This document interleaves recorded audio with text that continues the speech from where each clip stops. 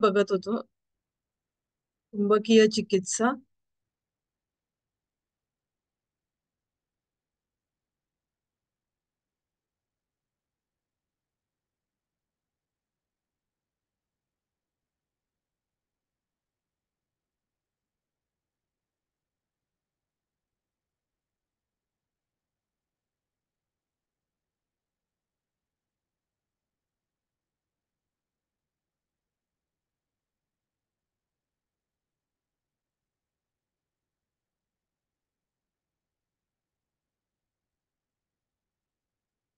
जी PPT बनवली आहे, पण बघूया एकदा रिकॅप.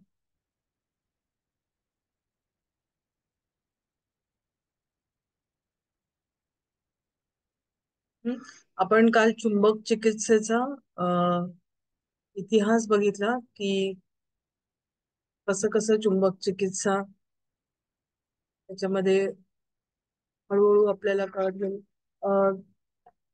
प्रशांत सर, तुम्ही मला काय पाठवला नाही श्लोक, त्यामुळे मी जे माझ्याकडे होतं तेच त्याच्यामध्ये टाकलेलं आहे. मॅडम, मी तो त्याचा लगेच फोटो काढून सरांना टाकला होता पर्सनल. तुमचा व्हॉट्सअप नंबर नव्हता त्यावेळेस तोच माझ्याकडे. नंबर आहे, तोच नंबर आहे, मी जोच पाठवला तो. तर मी सरांना, नाही नाही, मीटिंग चालू असतानाच मी पाठवलं होतं सरांना की मॅडम ओके ओके. नंबर नव्हता. लगेच पाठवतो तुम्हाला. ठीक आहे ठीक आहे ठीक. हा.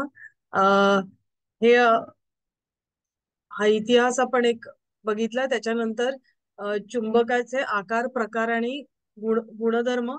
चुंबकाचे दोन मुख्य प्रकार: नैसर्गिक चुंबक आणि कृत्रिम चुंबक. हं? नैसर्गिक चुंबक निसर्गामध्ये खनिजाच्या स्वरूपामध्ये आढळतात. त्यामध्ये लोखंडाला आकर्षित करण्याची शक्ती असते. उदाहरणार्थ पृथ्वी हा एक मोठा नैसर्गिक चुंबक आहे. आणि आणखी काही नैसर्गिक चुंबक म्हणजे कच्चे लोखंड, मॅग्नेटाइड इत्यादी. याच्यामध्ये सुद्धा नैसर्गिक चुंबकासारखी एक शक्ती असते. तिला वाढवता किंवा कमी करता येत नाही, म्हणून या नैसर्गिक चुंबकाचा उपयोग हा विशिष्ट मर्यादेपर्यंतच होऊ शकतो. आणि कृत्रिम चुंबक म्हणजे मानवानी चुंबकाच्या असलेल्या या महान शक्तीचा उपयोग करून स्वतः चुंबक बनवले, त्याला कृत्रिम चुंबक असे म्हणतात. या चुंबकाद्वारे त्याला हव्या असलेल्या गरजा पूर्ण करता येतात. हे चुंबक लहान व मोठ्या आकाराचे तसेच कमी आणि जास्त शक्तीचे बनवले जातात व त्यांचा उपयोग लहान मोठ्या उद्योगधंद्यातही करता येतो. हं? आता कृत्रिम चुंबकाचे पुढील दोन प्रकार आहे. एक म्हणजे विद्युत चुंबक आणि एक म्हणजे स्थायी चुंबक. आता विद्युत चुंबक, या चुंबकामध्ये विद्युत म्हणजे विजेच्या द्वारा चुंबकीय शक्ती त्याच्यामध्ये आणली जाते आणि म्हणून जोपर्यंत विद्युत प्रवाह चालू आहे तोपर्यंतच हे चुंबक कार्य करत असतात. त्यांचा उपयोग यंत्र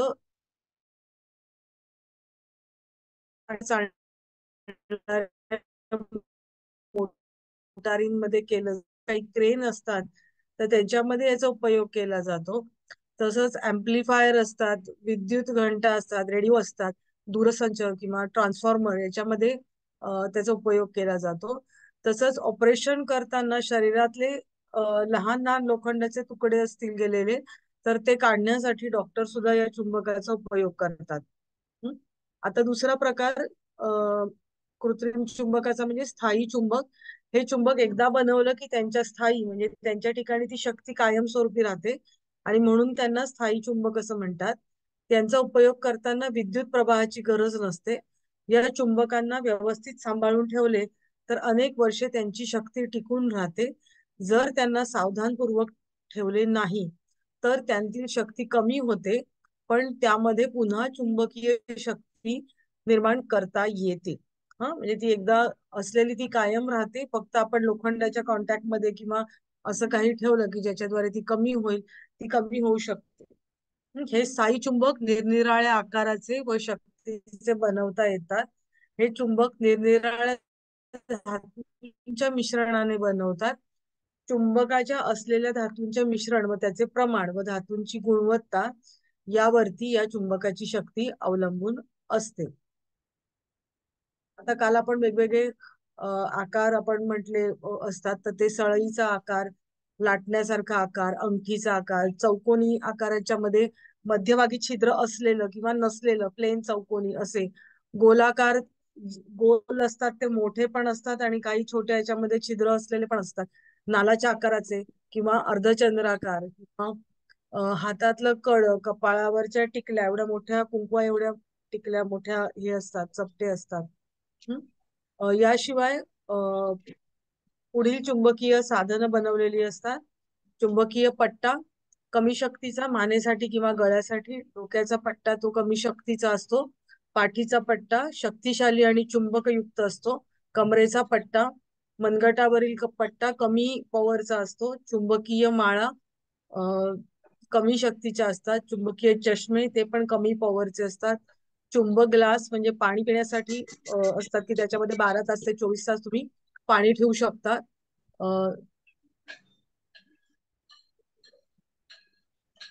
नंतर मॅग्नेटिक खुर्ची, ती खूप पॉवरफुल असते. आणि मॅग्नेटिक बेड तर तो पण खूप पॉवरफुल असतो. म्हणजे वेगवेगळ्या प्रकारचे मॅग्नेट वापरून त्या बनवलेल्या असतात, मॅग्नेटिक खुर्ची आणि बेड. त्यामुळे ते खूप पॉवरफुल असतात.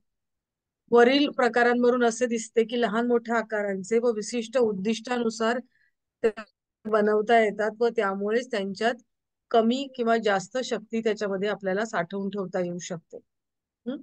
सामान्यतः स्थायी चुंबकाचा वापर उद्योग, व्यापार व शिक्षण क्षेत्रामध्ये केला जातो.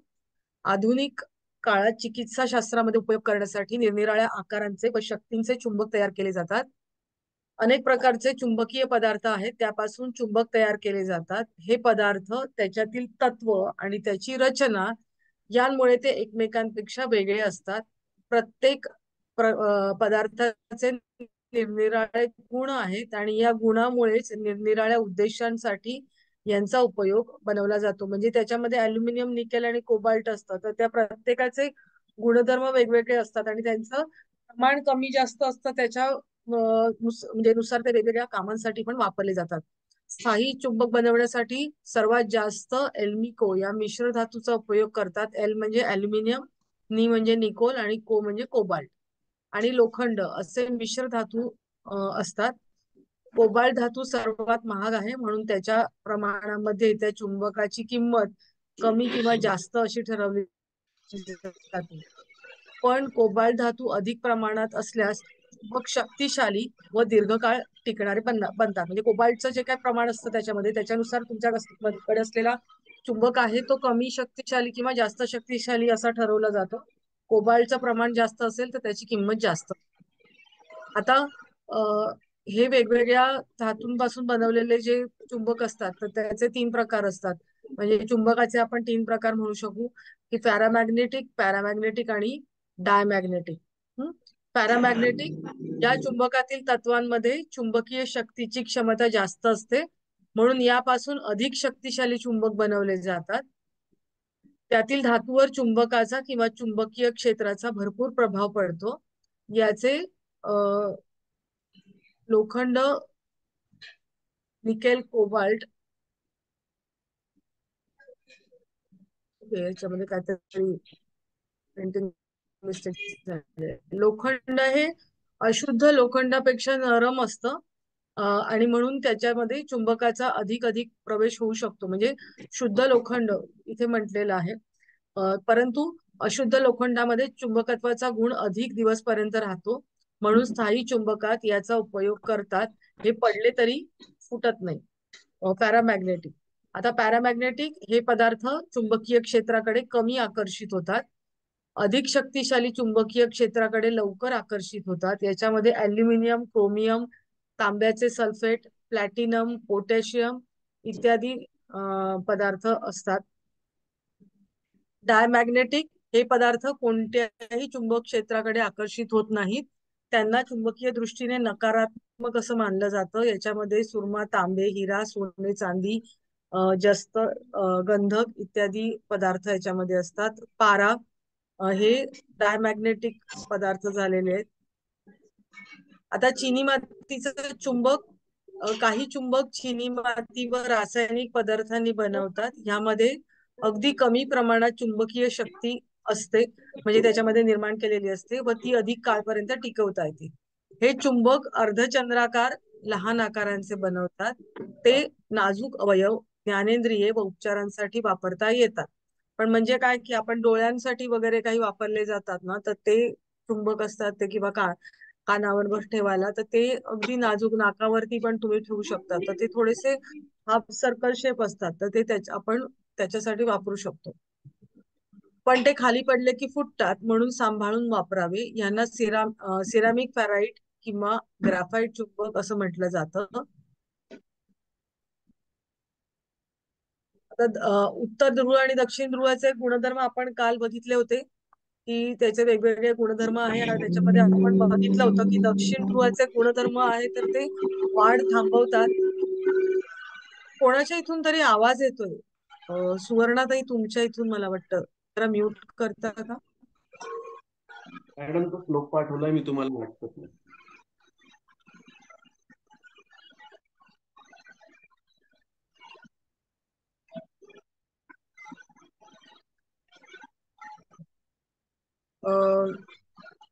हा, दक्षिण ध्रुवाचे गुणधर्म.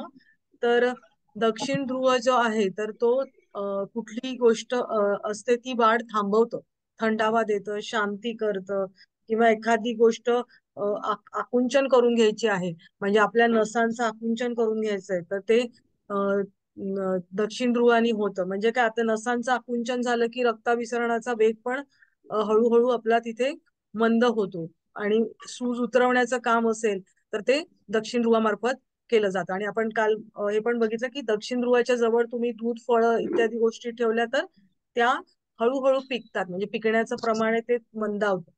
हं? आता ते आपण आणि हे त्याचे गुणधर्म बघितले तर त्याचा उपयोग आपण कसा करू शकतो, की सांसर्गिक रोगामध्ये किंवा व्याधींचा अटकाव कमी करायचे आहेत व्याधी, तर दक्षिण ध्रुवाचा उपयोग केला जातो. आणि थंडावा निर्माण करतो, त्याच्यामुळे आगाग होत असेल कुठली पण तर ती कमी करायची असेल, तरी सुद्धा दक्षिण ध्रुवाचा उपयोग होतो. त्वचा रोग, सांधेदुखी, प्रदूषण, गाठ विरघळवायची असेल तर, भावनेचा अतिरेक झाला असेल तर, बेशुद्धी आली असेल तर, अवयवांचा दाह होत असेल, अनिद्रा म्हणजे झोप येत नसेल तर, आणि फळभाज्या इत्यादी नासू नये, खराब होऊ नये म्हणून, डोळ्यांचा रोग असेल किंवा डोळे कमजोर असतील तर, कपाळावर नियमितपणे दक्षिण ध्रुवाचा वापर केल्यास मानसिक ताण कमी होतो, पिट्युटरी ग्रंथींचा स्त्राव कमी स्त्रवतो, त्यामुळे वृद्धत्वाची गती मंदावते, ज्ञानतंतूंची वेदना. काल आपण बघितलं की क्लिओपात्रा आहे तर ती इथे तो मॅग्नेट ठेवायची कपाळावरती किंवा धारण करायची. म्हणजे सौंदर्य टिकून राहणं म्हणजे काय, की तुम्ही कायम तरुण राहता, हो की नाही?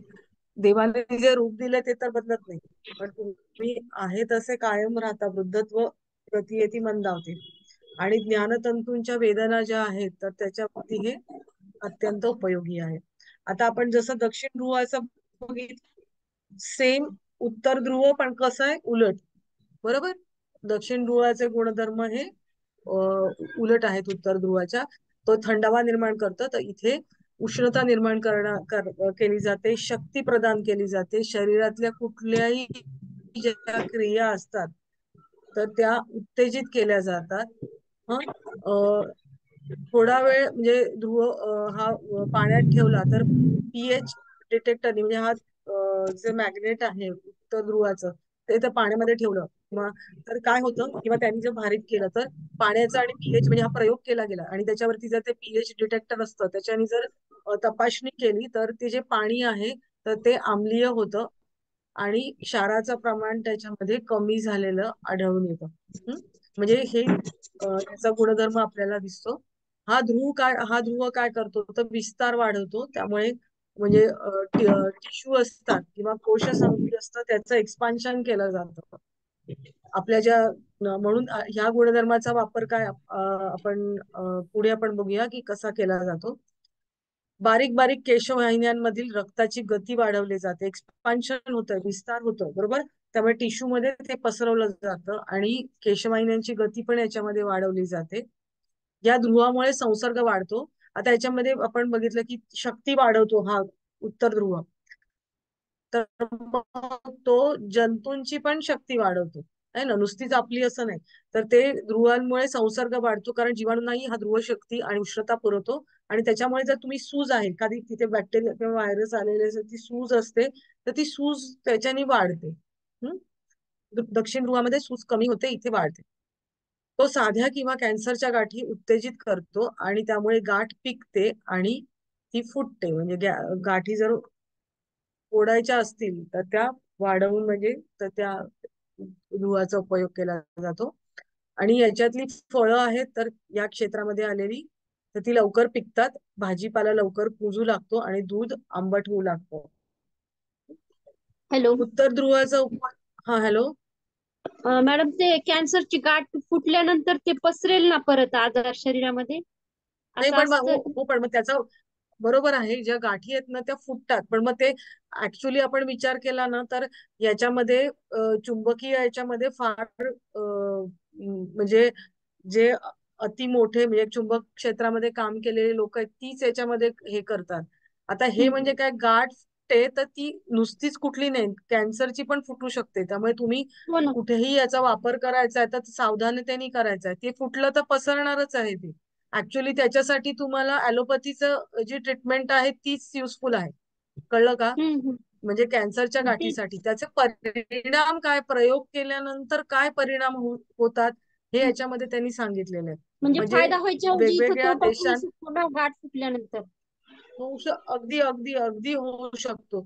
आता याच्यामध्ये तुमची गाठ कशी आहे, काय आहे, पण नॉर्मली कसं होतं, ही उपचार पद्धती कुठलीही निसर्गोपचाराची उपचार पद्धती कॅन्सर सारख्या रोगामध्ये ती पूरक म्हणून वापरली जाते. तुम्हाला सुरुवातीला त्याच्यामध्ये याचाच म्हणजे आपण डिटेक्शन झालं की कॅन्सर आहे, तर आधी ऍलोपॅथीच्या डॉक्टरकडेच जाणं हे जास्त चांगलं असतं. कारण हा ती गाठ कशी आहे, किती प्रमाणात, कुठे आहे आणि काय, आणि ती ट्रीटमेंट घेताना तुम्ही आयुर्वेदिक किंवा निसर्गोपचार किंवा काही अशा पूरक त्याला पद्धती तुम्ही हे केल्या तर त्याचा फायदा म्हणजे पुन्हा होऊ नये किंवा याचे जे दुष्परिणाम आहेत ते कमी करण्यासाठी त्याचा उपयोग जास्त चांगल्या प्रकारे करून घेता येऊ शकतो. म्हणजे कुठल्याही पॅथीचे लिमिटेशन्स आहेत हो की नाही, तर त्याचा हा हो विचार करूनच या गोष्टी आपण करायच्या आहेत. बरोबर. कारण हा आपण हो असं म्हणू शकत हो नाही की हे हे आता योगाने हे सगळं बरं होतं, आयुर्वेदाने हे सगळं बरं होतं, असं नाही.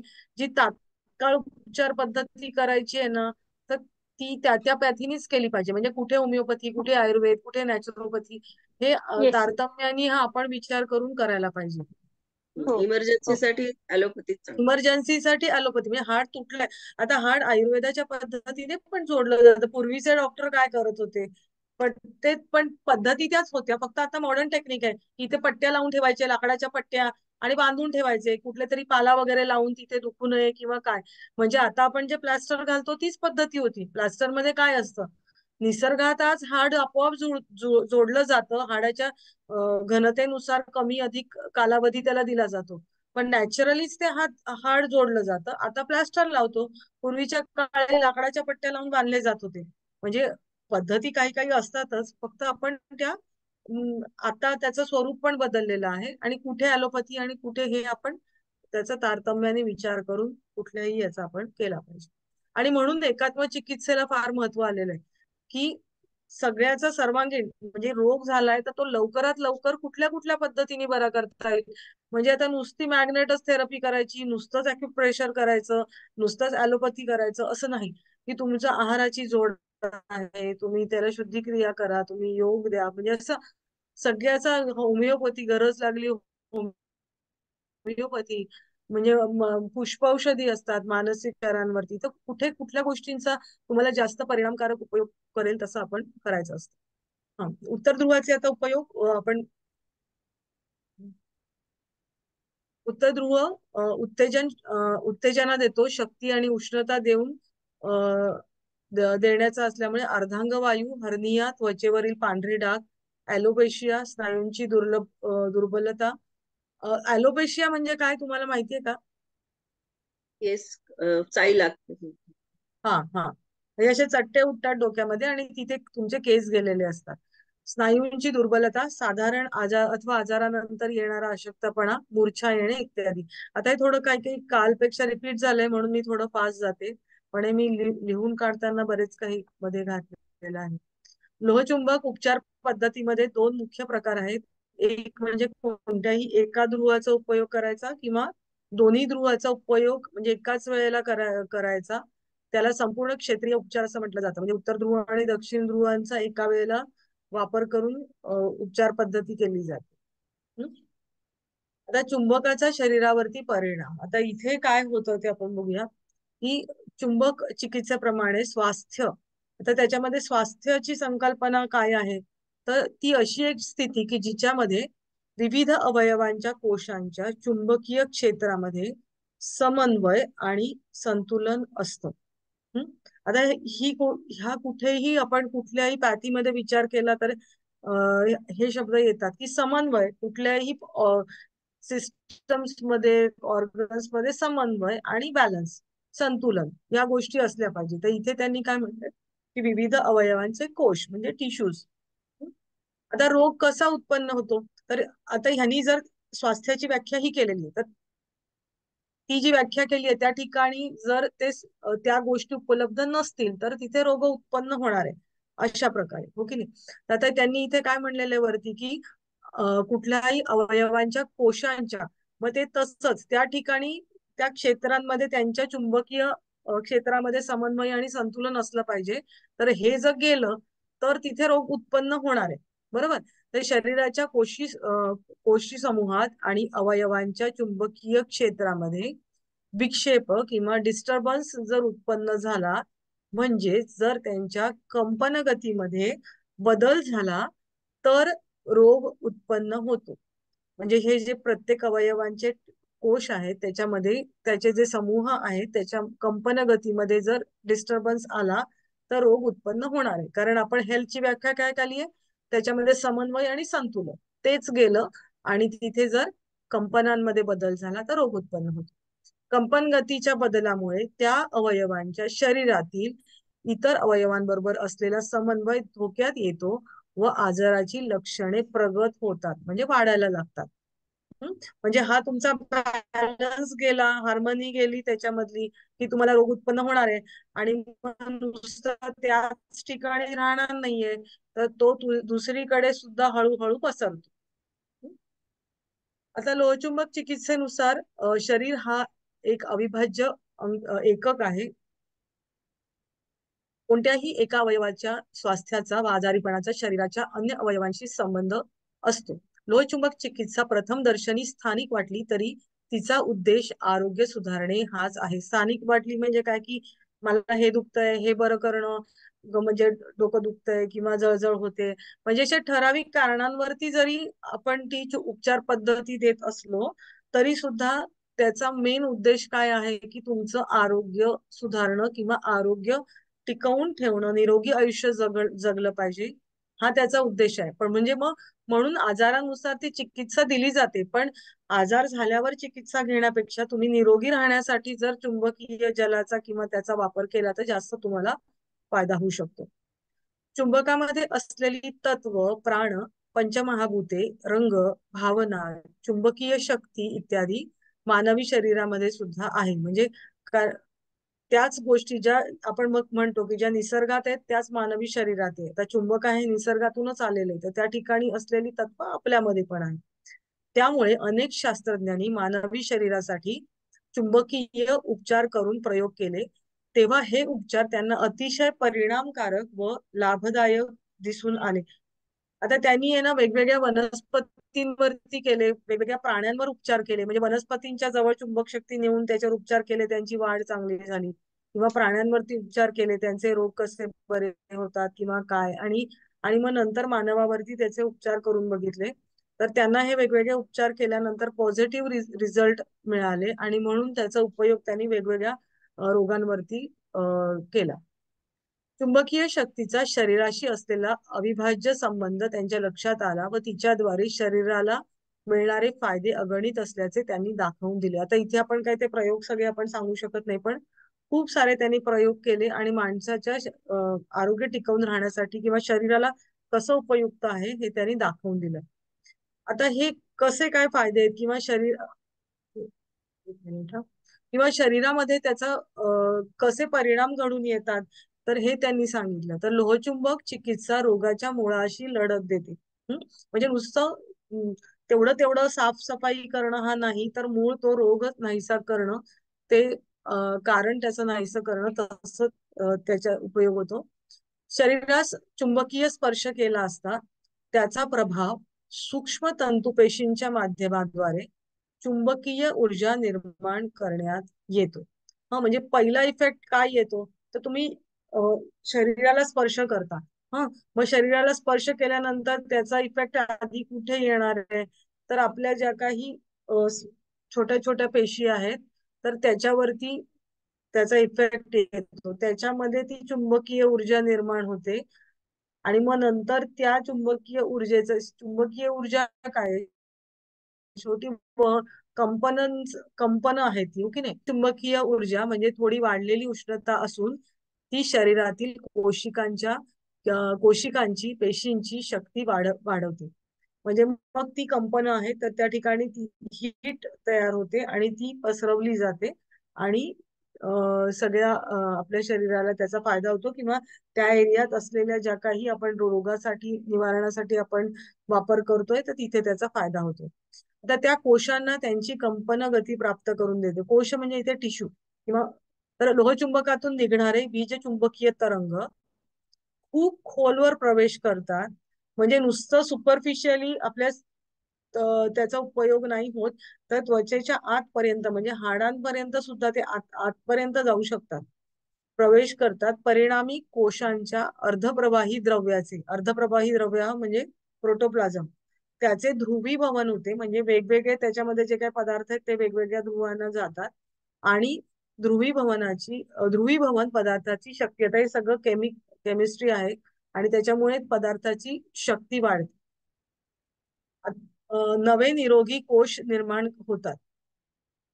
कोणताही वातज त्रास म्हणजे वातासनी होणारा त्रास असेल, किंवा सांधेदुखी असेल, किंवा शरीरातली वेदना असेल, चमक असेल, सूज असेल, तर ते दूर केलं जातं. आता त्याच्यानंतर दुसरा काय, अपायकारक जंतूंची कार्यशक्ती मंदावते व अखेरीस ते नाश पावतात. रक्तावरती त्याचा काय परिणाम होतो, तर रक्त हे द्रव आहे, बरोबर. आणि ह्या द्रवावर होणारे परिणाम रक्तावर, म्हणजे आपण चुंबकीय जल म्हटलं ना, तर म्हणजे जे पाण्यावरती किंवा प्रोटोप्लाझम अर्धप्रवाही आहे, म्हणजे तेच परिणाम तुमच्या रक्तावरती सुद्धा होणार आहे. आणि मग ते कसं आहे, तर उदाहरणार्थ स्फटिकीकरणाची केंद्रे वाढतात, सेंटर ऑफ क्रिस्टलायझेशन. घनता, चिकटपणा, पृष्ठताण या रासायनिक व भौतिक गुणांतही अनुकूल फरक दिसून येतात. ज्यांच्यावर जे प्रयोग केले गेले रक्तावरती, तर हे सांगितलं की स्फटिकीकरणाची केंद्र वाढतात आणि घनता, चिकटपणा, पृष्ठताण इत्यादी गोष्टी बदलतात. आणि त्यामुळे काय होतं, तर रक्तामध्ये जेव्हा वीज चुंबकीय लहरी प्रवेश करतात, तेव्हा त्यामध्ये भोवऱ्यासारखे पदार्थ उत्पन्न होतात आणि यामुळे रक्ताचे उष्णतामान थोडस वाढतं. आपण मगाशी बघितलं ना, की चुंबकीय पदार्थ आल्यावरती तिथे उष्णता निर्माण होते आणि कोशांमध्ये, आणि मग त्याचा इफेक्ट दिसून येतो. आता रक्ताचं उष्णतामान वाढतं, तसेच रक्तातील लोहाचं प्रमाणही वाढतं. असे रक्त जेव्हा संपूर्ण शरीरात फिरते, तेव्हा संपूर्ण आरोग्यावर त्याचा अनुकूल परिणाम होतो. म्हणजे ज्यांना अॅनिमिया झालेला असतो ना, लोहाचं प्रमाण रक्तातलं कमी झालेलं असेल, तर त्यांना याचा खूप फायदा होतो, कारण आपोआप नॅचरली तुमचं लोहाचं प्रमाण याच्यात वाढतं. चुंबकाच्या स्पर्शामुळे शरीरातील रक्तवाहिन्यांतून वाढणाऱ्या रक्तातील हिमोग्लोबिन किंवा लोहकण प्रभावित होते. त्यामुळे रक्त प्रवाही व पातळ होते. परिणामी रक्ताभिसरण क्रियेला वेग येतो. नैसर्गिक आहाराची जोड दिल्यास हिमोग्लोबिन मध्ये वाढ होते. जसं मी म्हंटल की म्हणजे नुसतंच आपण मॅग्नेट थेरपी केली असं नाही, तर त्याच्याबरोबर आहाराची पण जोड दिली त्याला, तर हिमोग्लोबिनचं प्रमाण लवकर वाढायला मदत होते.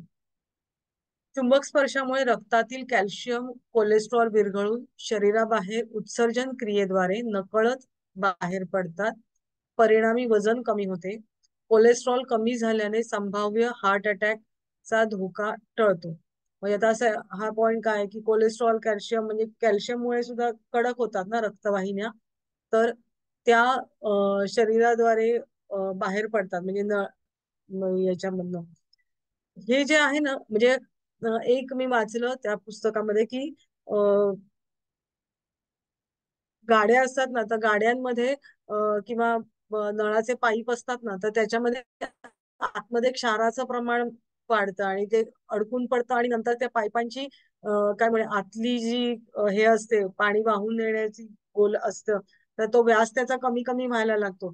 तर त्याला जर मॅग्नेट लावलं ना तर ते क्षाराचं प्रमाण कमी करतं ना, तर ते सगळे क्षार वाहून जातात. म्हणजे त्यांनी असं म्हटलंय की रेडिएटर मध्ये जर तुम्ही हे चुंबकाने भारीत असलेलं पाणी टाकलं तर ते आतमध्ये जर क्षार साठलेले असतील तर ते पण निघून जातात आणि पुन्हा साठत नाही. म्हणजे असे बरेच प्रयोग आपण करून ते चुंबकाचं पाणी एरवी सुद्धा वापरता येतं असं त्यांनी म्हटलेलं आहे. तर हे तर आपल्या शरीरामध्ये कॅल्शियम आणि कोलेस्ट्रॉलचं जे घट्टपणा कडकपणा जो येतो किंवा चरबी साठलेली असते तर ती प्रवाही करण्याचं काम होतं. रक्तामध्ये अडथळा आणणारे कॅल्शियम कोलेस्ट्रॉल इत्यादीचे प्रमाण कमी झाल्याने रक्त प्रवाही बनते. सर्व अवयवांचे योग्य प्रकारे पोषण होते. त्यामुळे थकवा, आळस, जडत्व दूर होऊन स्फूर्ती आणि उत्साह येतो. चुंबकीय स्पर्शाचा अंतःस्रावी ग्रंथींवरती परिणाम होतो. ज्या एंडोक्राईन्स ग्लँड आहेत त्याच्यावरती आपल्याला परिणाम झालेला दिसून येतो. आता एंडोक्राईन ग्लँड काय सिक्रेट करतं? हॉर्मोन्स सिक्रेट करतं. हो की नाही? हॉर्मोन्स आहे ते डायरेक्ट रक्तामध्ये सोडलं जातं आणि मग त्याचा परिणाम आपल्या शरीरावरती लवकर दिसून येतो. तर त्याच्यावरती परिणाम करते. त्यामुळे हार्मोन्सची निर्मिती व स्त्राव योग्य प्रमाणात होऊ लागतात. त्यामुळे त्वचा तेजस्वी चमकदार होते, उंची वाढते, यौवन व जीवनशक्ती अबाधित राहते.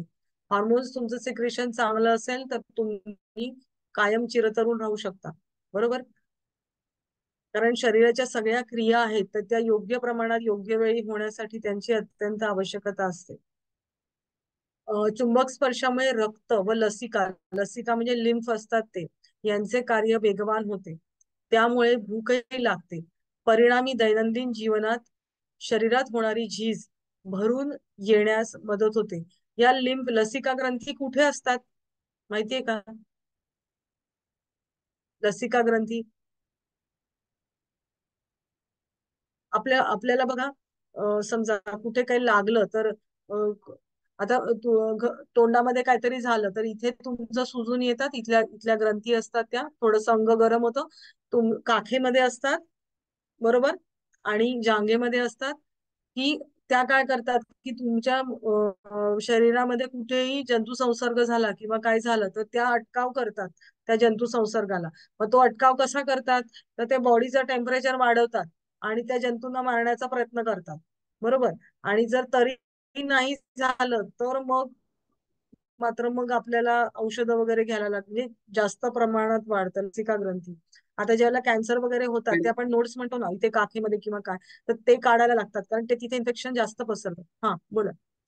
टॉन्सिल्स वगैरे पण म्हणता येतील ना? हा बरोबर. त्या पण तर प्रोटेक्शन करतात. टॉन्सिलच्या ग्रंथी हा प्रोटेक्शन करतात घशामध्ये.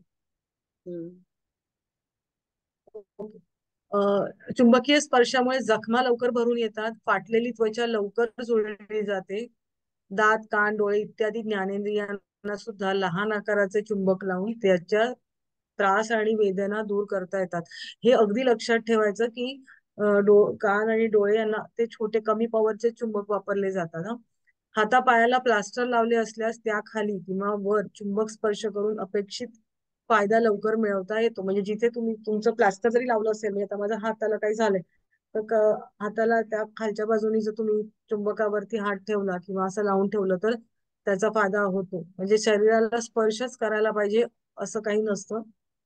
आणि वेदना दुखत बिखत असेल ना तर ते सुद्धा कमी होतं. आणि चुंबक अशा वेळेला मग तुम्ही चुंबकाने भारीत पाणी सुद्धा प्यायला दिलं तर त्याचा हाड जोडून यायला फायदा म्हणजे होतो. आणि त्याच्यासाठी जे चुंबक वापरलं जातं ते 2000 ते 3000 पॉवरचं चुंबक असतं मोठं ते वापरलं जातं म्हणजे पाणी बनवण्यासाठी. अस्थिभंग झालेल्या जागी चुंबकाचा उत्तर ध्रुव लावल्यास अस्थि आवरणाच्या थरातील चुनांश मृदू करून त्यांना दूर करता येतो व थोड्या वेळाने दक्षिण ध्रुव लावल्यास चुनाव योग्य जागी पोहोचवला जातो. आता याला मला इंग्लिश शब्द नाही सापडला आहे, मराठी पुस्तकातलं मिळालंय. रक्तप्रवाहाला गती येते. सांध्यांमध्ये साठवलेले बीजा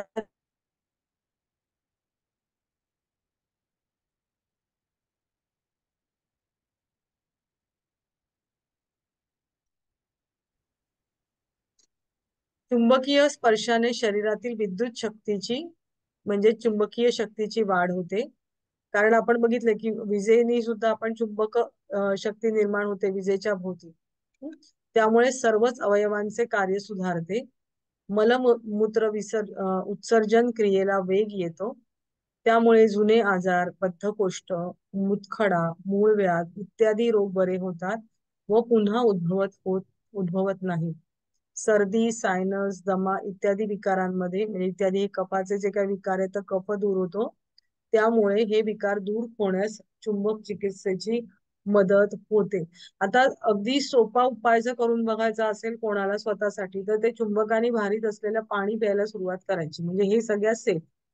म्हणजे बाकी आपल्याला चिकित्सा जरी काही येत नसली किंवा माहित नसेल तर आपण ते आता कसं करायचं ते आपण बघूया.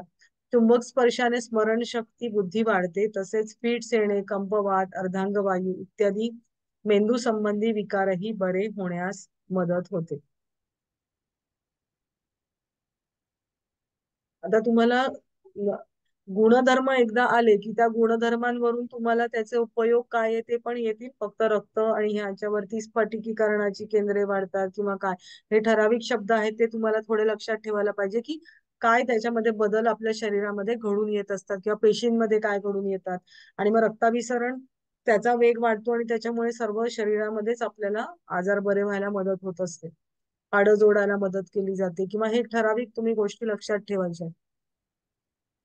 चुंबकीय उपचार पद्धती, चुंबकीय स्पर्शाची पद्धत आणि चुंबकीय जल म्हणजे चुंबकीय स्पर्श म्हणजे ऍक्च्युअल चुंबक तुम्ही त्या ठिकाणी ठेवायचा आणि दुसरं म्हणजे चुंबकीय जलाचं सेवन करायचंय. आता स्पर्शाची पद्धत काय आहे तर सामान्यतः तळ हात व तळ पाय यांच्या खाली चुंबकाचा स्पर्श करून उपचार घेण्याची पद्धत आहे. कारण त्या ठिकाणी शरीरातील अनेक रक्तवाहिन्यांची टोके तसेच शरीरावरील अवयवांवर नियंत्रण ठेवणारी शक्ती केंद्रे असतात. आपल्याला माहितीये की आपल्या हातावरती म्हणजे जास्तीत जास्त पॉवरफुल आपण पॉइंट्स असतात. त्यांनी शक्ती केंद्र म्हटले. आपण ऍक्टिव्ह म्हणजे प्रेशर देण्यासाठी सुद्धा रिफ्लेक्सॉलॉजी किंवा इतर काही पद्धतीमध्ये पॉइंट्स आहेत तर ते आपण वापरत असतो. तर हे जे खेचून घेण्याचं काम आहे ह्या हाताच्या किंवा पायांच्या मार्फत केलं जातं. आणि म्हणून त्या ठिकाणी चुंबक स्पर्श केल्यास त्याचा सर्व शरीराला फायदा मिळतो. त्याचप्रमाणे नाभीच्या वरच्या भागातील त्रास होत असेल तर तळ हाताखाली व खालील भागात त्रास होत असेल तर पायाखाली स्पर्श करण्याची पद्धत आहे. म्हणजे कुठे आजार होतोय त्याच्यानुसार तुम्ही हाताखाली चुंबक ठेवायचंय का पायाखाली हे तुम्हाला कळतं. नाभीच्या वर असेल तर हाताखाली आणि नाभीच्या खाली असेल तर पायाखाली. संपूर्ण शरीर विकारग्रस्त असेल तर एक दिवस हाताखाली आणि एक दिवस पायाखाली उपचार घेण्याची पद्धत आहे.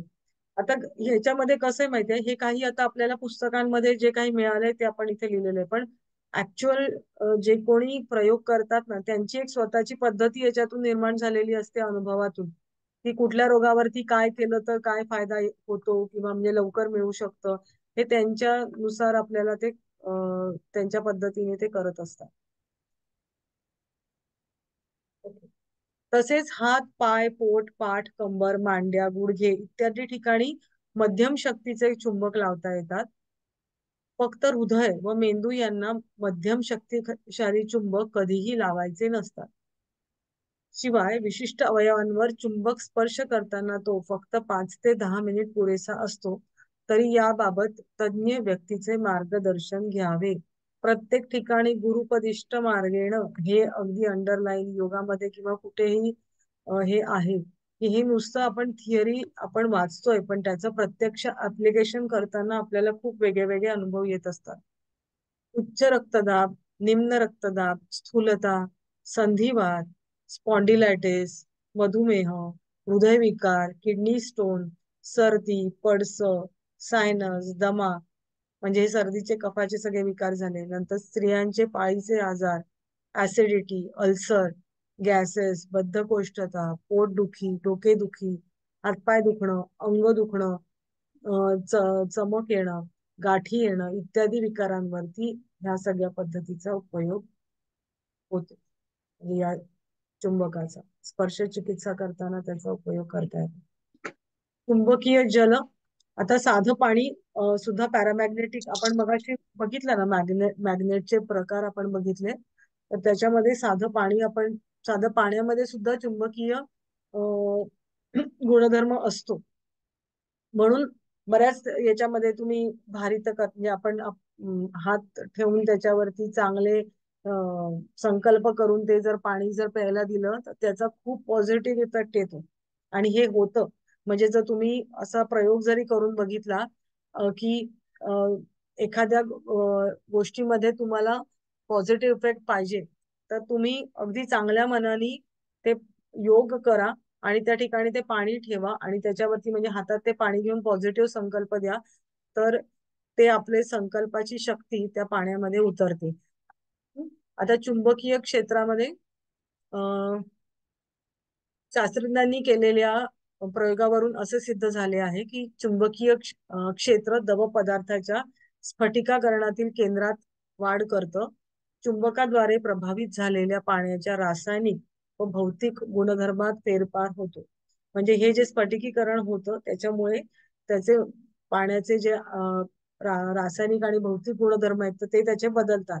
आणि त्याच्यामुळे ते कुठले बदलतात, तर पाण्याची घनता, त्याची विस्कॉसिटी किंवा दुर्वाहिता शब्द झाला आहे, किंवा वीज वाहून नेण्याची शक्ती, किंवा सरफेस टेन्शन, पृष्ठताण इत्यादी जे काही भौतिक काही हे आहे तर त्याच्यामध्ये परिणाम अनुकूल म्हणजे पॉझिटिव्ह इफेक्ट त्याच्यामध्ये होतात असं त्यांना आढळून आलेलं आहे.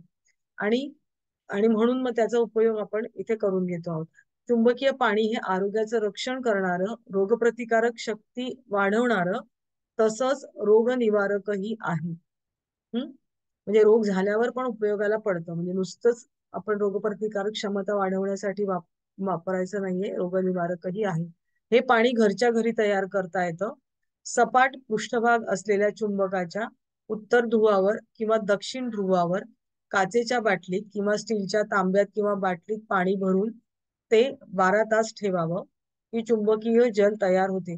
आता याच्यामध्ये असं आहे की तुम्हाला लगेच पाणी पाहिजे असेल कमी वेळात तर 12 तास, पण चांगले इफेक्ट येण्यासाठी 24 तास ठेवावं असं सुद्धा काहींनी म्हटलेलं आहे. चुंबकीय प्रभावामुळे पाण्यातील सोडियम व पोटॅशियमचे प्रमाणशीर होते. या चुंबकीय पाण्यात अगदी लहान लहान असे दवबिंदूप्रमाणे जलस्फटिक तयार होतात व हे पाणी प्यायल्यामुळे शरीरामध्ये ऊर्जेचे चमत्कार होतात. म्हणजे तुमची एकदम ऊर्जा, एनर्जी लेवल आहे ती तुमची वाढायला लागते आणि वेगवेगळ्या सिस्टम्स वरती त्याचे पॉझिटिव्ह इफेक्ट दिसून येतात. दोन्ही ध्रुवांवर 2 बाटल्या ठेवून निरनिराळ्या गुणधर्माचे पाणी बनवता येते. आता आपण आधी काय बघितलं की एक म्हणजे आता ही समजा बाटली घेतलेली आहे किंवा ही बाटली असेल तर इकडे तुम्ही एक उत्तर ध्रुव ठेवायचा आहे आणि इकडे दक्षिण ध्रुव. उत्तर ध्रुवाचं तोंड नेहमी उत्तरेकडे असलं पाहिजे, दक्षिण ध्रुवाचं तोंड नेहमी दक्षिणेकडे असलं पाहिजे आणि ही बाटली घ्यायची. तर शक्यतो आता ही बाटली निवडताना कशी निवडायची, जर फ्लॅट बाटल्या असतात ना, म्हणजे अगदी घरात नसली तर भंगारवाल्याकडनं मिळाली तरी तशी घेऊन यायची की जी फ्लॅट असते, की मग फ्लॅट चुंबक ठेवायला आपल्याला ते बरं पडतं. कधी गोल चुंबक असतात, कधी चौकोनी आकाराचे ते पॉवरफुल चुंबक असतात, तर मग ते तुम्हाला असं ठेवता येतात. आणि ही बाटली कुठे ठेवायची, तर खाली लाकडाची फळी असली पाहिजे किंवा चौरंग आहे लाकडाचा त्याच्यावरती तुम्ही ती बाटली ठेवा. आणि मग दोन्ही बाजूनी तुम्ही केलं तर एकाच वेळेला तुम्हाला त्याचे दोघांचे गुणधर्म मिळतात. किंवा कसं केलं जातं की एक खाली तुम्ही उत्तर ध्रुव ठेवलाय आणि त्याच्यावरती तुम्ही बाटली ठेवलीये, थोड्या अंतरावरती दुसऱ्या पाटावरती दुसरी बाटली ठेवायची आणि दक्षिण ध्रुव ठेवून त्याच्यावरती तो बाटली तिथे ठेवायची. आणि जर तुम्हाला दोघांचं पाणी एकत्र करायचं असेल तर मग एका वेळेला ते दोन्ही पाणी एकत्र करूनही वापरू शकता, किंवा तुम्हाला प्रत्येक म्हणजे वेगळं वेगळं जर उत्तर ध्रुवाचं पाणी पाहिजे असेल तर तसंही तुम्हाला ते वेगळं मिळू शकतं. काहींचं म्हणणं आहे की हे दोघांचं एकत्र केलं तरी सुद्धा इफेक्ट येतात, काहींचं म्हणणं आहे की हे दोन वेगळे वेगळेच करावे आणि त्याच्यानंतर तुम्ही एकत्र करून प्यावं. असे म्हणजे मतांतर याच्यामध्ये सगळी आढळतात. दोन ध्रुवांवरती दोन बाटल्या ठेवून निरनिराळ्या गुणधर्माचे पाणी बनवता येते. तसेच उत्तर ध्रुवावर हिरव्या रंगाची व दक्षिण ध्रुवावरती लाल रंगाची बाटली ठेवून त्या रंगाचे गुणधर्म ह्या चुंबकीय जलात येऊ शकतात. रुग्णाच्या गरजेनुसार असे पाणी करता येते. दुसरी पद्धत अशी आहे की पाण्याच्या भांड्यात लहान आकाराचे चुंबक 12 तास टाकून ठेवतात. मी म्हटलं होतं की काही स्टीलचे असे मिळतात की ते पूर्वी असे टाकून ठेवायचे, पण त्याचा प्रॉब्लेम असा होतो की ते काही काही गंजतात. त्यामुळे असं वापरू नये. पूर्वी वापरत होते असे लोक. 12 तास टाकून ठेवतात व त्या पाण्यात चुंबकीय गुण येतात. पण या पद्धतीमध्ये चुंबक स्वच्छ ठेवणे, त्याला गंज लागणार नाही हे पाहणे जरुरीचे असते. त्यापेक्षा पहिली पद्धत जास्त सोयीस्कर आहे. तिसरी पद्धत अशी आहे की एका बाटलीत पाणी भरून तिच्या एका बाजूला चुंबकाचा उत्तर ध्रुव लावणे व दुसऱ्या बाजूला दक्षिण ध्रुव लावणे, किंवा स्टीलच्या तांब्यात पाणी भरून खाली उत्तर ध्रुव आणि तांब्याच्या वर दक्षिण ध्रुव असं ठेवायचं आणि 12 ते 14 तासांनी ते पाणी तयार होतं. म्हणजे अशा या पाणी चुंबकीय जल बनवण्याच्या पद्धती आहेत. सामान्यतः अशी पद्धत आहे की सकाळी चुंबकाच्या उत्तर आणि दक्षिण या दोन ध्रुवांवर 2 तांबे किंवा 2 बाटल्या भरून पाणी ठेवावं व दुसऱ्या दिवशी सकाळी म्हणजे 24 तासांनी ते पाणी एकत्र करावं व दिवसातून 4 वेळा 3-3 तासांनी 1-1 कप याप्रमाणे पाणी प्यावं. दुसरे पाणी चुंबकाच्या ध्रुवावर ठेवावे व ते दुसऱ्या दिवशी काढावे व एकत्र करून वापरावे. हे पाणी लाकडी पाटावरती ठेवायचं आहे. आता ह्या चुंबकीय जलाचे फायदे काय आहेत आपण बघूया. चुंबकीय पाणी दिवसातून 3 ते 4 वेळा मोठ्या माणसांनी 1 कप प्रत्येक वेळी असं प्यावं. 6 ते 11 वयाच्या मुलांनी अर्धा कप असं प्यावं, असं 2 वेळा प्यावं. त्यापेक्षा लहान असलेल्या मुलांना पाव कप किंवा 3 ते 4 चमचे असं द्यावं. अर्थात तज्ञांच्या मार्गदर्शनाखाली रोगावर आणि रुग्णाच्या गरजेनुसार त्यांनी पाणी पिणं योग्य ठरेल. म्हणजे आपण हे किती असं इथे म्हटलेलं असलं तरी सुद्धा, आपण किती गोळ्या माहिती असल्या तरी डॉक्टरांच्या सल्ल्याशिवाय आपण घेत नाही. बरोबर आहे की नाही? तर म्हणजे त्याचा आजारावरती उपयोग करायचा तर तो मात्र तज्ञांच्या मार्गदर्शनाखाली करायचा. वातपित्त प्रकृतीच्या अशक्त माणसांनी उत्तर ध्रुवाचे आणि कफ प्रवृत्तीच्या स्थूल व्यक्तींना दक्षिण ध्रुवाचे पाणी देण्याची पद्धत आहे. हे पाणी अचूक औषधाप्रमाणे चमत्कार घडवते. हे पाणी नियमित घेतल्यास पचनक्रिया सुधारते, श्वसन क्रियेतील अडथळे दूर होतात, मूत्रपिंडांचे कार्य व्यवस्थित होऊन लघवी साफ होते, उत्सर्जन कार्याला वेग येतो, पोट साफ होऊ लागते. म्हणजे तुम्ही पोटाच्या सगळ्या तक्रारी तुम्ही याच्यामध्ये वर्णन करू शकता. बरोबर. सूज, कफाचे सगळे आजार आहेत ते कमी होतात. म्हणजे तुम्ही जर आजार लक्षात ठेवायचे असतील तर अशा प्रकारे तुम्ही आजार लक्षात ठेवायचे आहे. कोलेस्ट्रॉल कमी करतं, कॅल्शियम रक्तातलं म्हणजे जे आता रक्ताशी संबंधित आहे तर कोलेस्ट्रॉल, कॅल्शियम म्हणजे ते, आणि मग त्याच्यानंतर मग त्या हृदयावरती पॉझिटिव्ह परिणाम घडवून आणतं, म्हणजे हृदयाचं कार्य चांगलं करतं, किंवा आता मग पुढे अजून काही येणार आहेत गोष्टी. तर अशा प्रकारे तुम्ही आजारांची नावं लक्षात ठेवली तर तुम्हाला हे त्याचे फायदे लिहायला सोपं जाईल. रक्तात कोलेस्ट्रॉल साठू देत नाही अथवा जमा झालेले कोलेस्ट्रॉल दूर करते. यामुळे हृदयाला मदत होते व त्याची कार्यक्षमता वाढते. रक्ताची शुद्धी होते, रक्ताभिसरणाचा क्रियेला वेग येतो, परिणामी सर्व अवयवांचं कार्य सुधारतं. कारण रक्ताचा संचार हा सर्व शरीराभर होत असतो, त्याच्यामुळे सर्वच शरीराचं कार्य सुधारतं. नेहमी त्रास देणारी सर्दी, खोकला, कधी कधी येणारा ताप, पोटदुखी, दातदुखी, कंबरदुखी इत्यादी दूर होण्यास मदत होते. भूक लागते व झोपही शांत येते. त्यामुळे मन प्रसन्न होते. चरबी कमी होते. हे मात्र आहे, हे तुम्ही पाणी जर बरेच महिने तुम्ही जर घेतलात ना तर फॅट कमी व्हायला, म्हणजे जे अतिरिक्त फॅट आपल्या शरीरामध्ये आहे तर ते विरघळायला खूप मदत होते त्याची. यामुळे वायुविकार, फोड, गाठी, त्वचा विकार, लठ्ठपणा दूर होतो, चपळता आणि उत्साह येतो.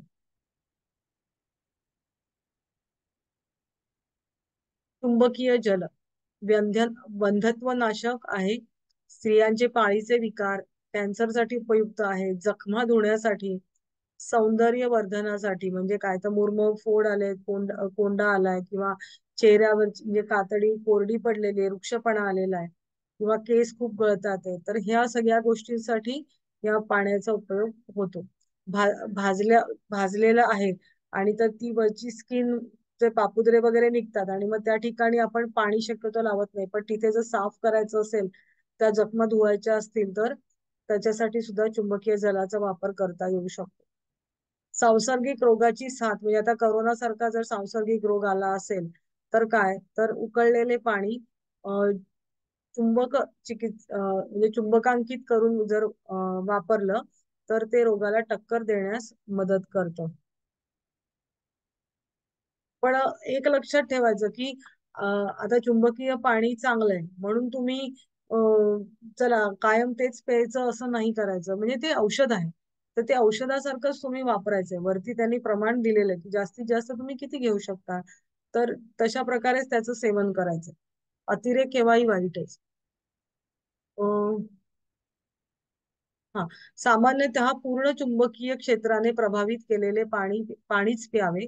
तरीही काही रोगामध्ये एकाच ध्रुवाने प्रभावित केलेले पाणी अधिक उपयोगी पडते असे सिद्ध झाले आहे. लोह चुंबकांकित तेल, पूर्ण चुंबकीय क्षेत्राने प्रभावित केलेलं तेल, म्हणजे आपण दोन्ही बाजूनी त्याला मॅग्नेट लावलेले असं तेल. केसांचं तेल, मालिशसाठी तेल, किंवा कान आणि दात दुखत असेल त्याच्यासाठी केलेलं तेल, याच्यामध्ये म्हणजे तुम्ही करू शकता लोहचुंबकांकित तेल. आता उत्तर ध्रुवाने प्रभावित केलेलं तेल असेल तर आपण ते बघितलं, अशक्तपणा, पक्षघात, टक्कल आलं असेल तर त्याच्यासाठी ते उपयुक्त ठरतं. आता ह्याला क्रोमोथेरपीची जोड दिली आपण रंगकिरण शास्त्राची. तर आता मला सांगा, उत्तर ध्रुव म्हणजे तर तुम्ही त्याला कुठला वापरणार रंग? अशक्तपणा आहे, पण काल बोललो, किंवा पॅरालिसिस आलाय तर आपण कुठला रंग? Orange colour. हा, लाल किंवा ऑरेंज. हा बरोबर, लाल. ऑरेंज कलरचा किंवा लाल कलरचा. लाल किंवा केशरी रंगाच्या बाटलीमध्ये 2 ते 3 आठवडे, आता हे किती दिवस करायचं तुम्ही तेल करायचं असेल तर 2 ते 3 आठवडे ते मॅग्नेट वरती तुम्ही ठेवायचे, की मग त्याला तुम्हाला पाहिजे असलेले इफेक्ट त्याच्यामध्ये येतात. दक्षिण ध्रुवाने प्रभावित केलेलं तेल असेल तर कानाचं दुखणं, सांध्यांची दुखणी, कंबरदुखी, त्वचारोग, निद्रानाश याच्यावरती उपयोगी ठरतं. 15 ते 30 मिनिटं उत्तर ध्रुवाने प्रभावित केलेलं दूध प्यायल्याने कामशक्ती वाढते असं त्यांनी म्हटलंय. पण त्याच्यामध्ये एक त्यांनी काय दिलेलं आहे की उत्तर ध्रुवाने प्रभावित केलेलं म्हटलेलं आहे. तर उत्तर ध्रुवाच्या जवळ तुम्ही जर ते दूध ठेवलं तर ठराविक काळाच्या वर ठेवलं तर ते आंबणार आहे किंवा नाशणार आहे. बरोबर, तर ते तेवढा कालावधी बघून तुम्ही ते ठेवायचे. म्हणून आता ते 15 ते 30 मिनिटं ठेवले. आता तुमचं दूध किती क्वांटिटीमध्ये, तुमचा मॅग्नेट किती पॉवरचा आहे, तुम्ही किती लांब, ह्या सगळ्या गोष्टी त्याच्यावरती अवलंबून ह्या गोष्टी आहे की दूध नासलं नाही पाहिजे.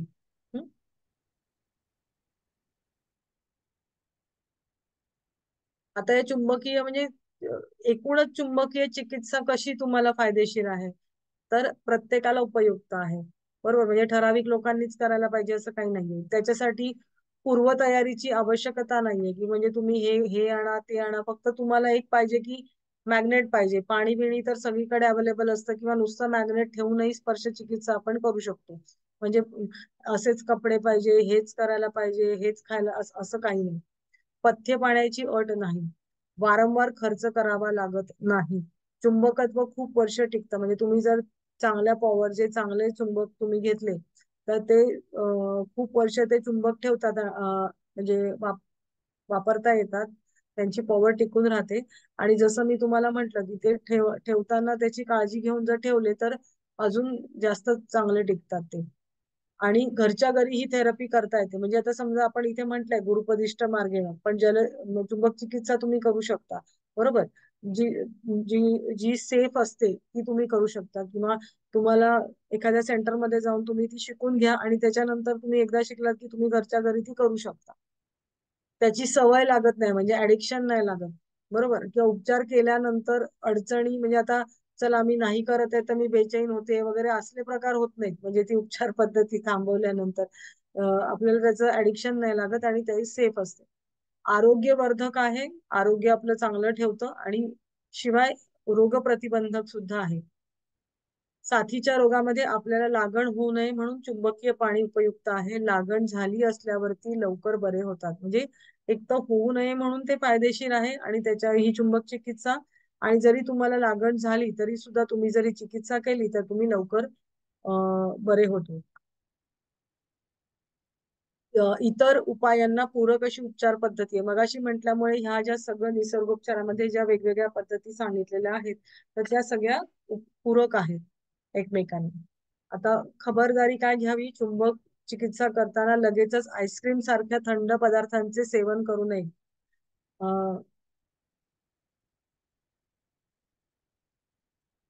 हॅलो. अन्यथा ते चुंबकाच.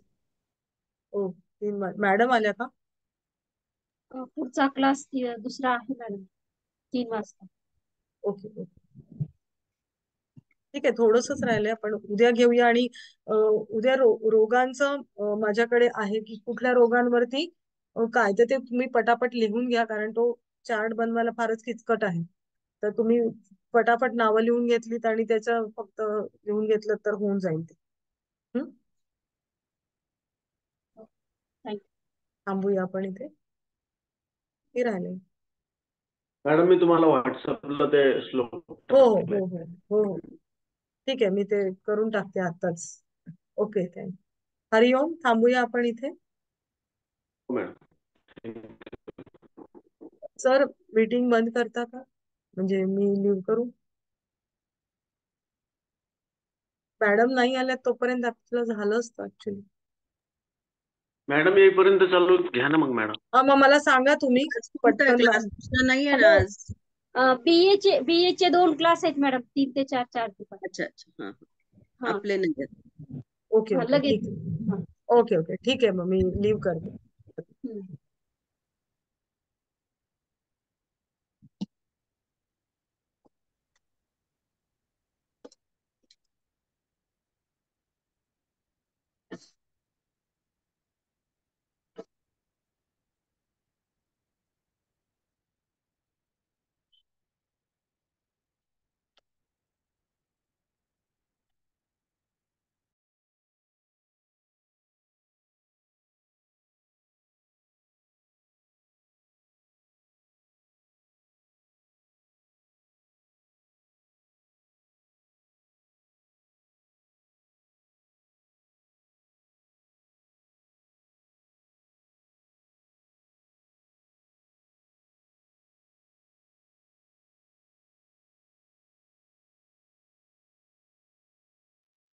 सुवर्णा मॅडम गेल्या का?